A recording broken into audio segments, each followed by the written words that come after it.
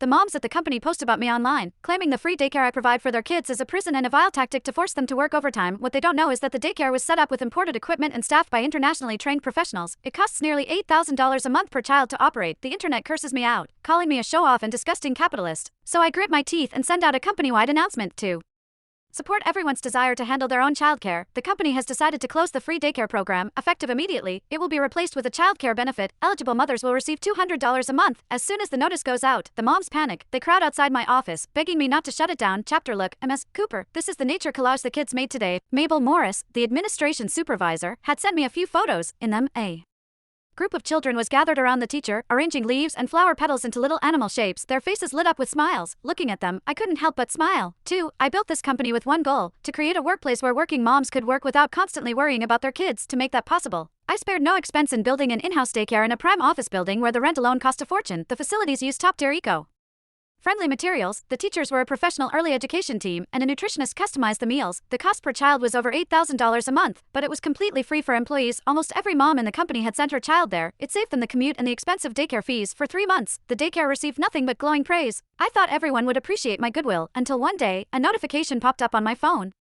It read, "My boss built a free daycare, but I want to escape this gilded cage." I tapped it open. The post was written by a staff member from the operations department, Kira Brown. She wrote, "Everyone envies our company for having free daycare. They say only a female boss would understand mothers. Well, guess what? This is also the smartest trap a capitalist can set. She uses our children to tie us down, so we have no reason to refuse overtime. Want to say your kid has no one to watch them? Sorry, the company is already watching them for you, so we work 72 hours a week just like those with no families, grinding ourselves to dust. This isn't a benefit, it's exploitation disguised as motherly empathy." At the end of the post was a photo of her from behind, working late at night. The caption read, "I don't want to be bound. I just want to be a normal mom, clock out on time and go home to cook my kid a warm meal." The photo hadn't even been taken at my company. I laughed in disbelief. We never forced overtime. In fact, to accommodate the moms, we enforced a strict rule: no meetings after 5:00 p.m. Her claim of a 72-hour workweek was pure fiction. Her comment about wanting to go home to her child was even more ridiculous. Her kid was at the daycare every day, eating meals that were far more nutritious and varied than what most families could provide. The comments section, unsurprisingly, blew up. "Damn, what a manipulative boss. She's crafty. I'll give her that. I knew it. No capitalist is a good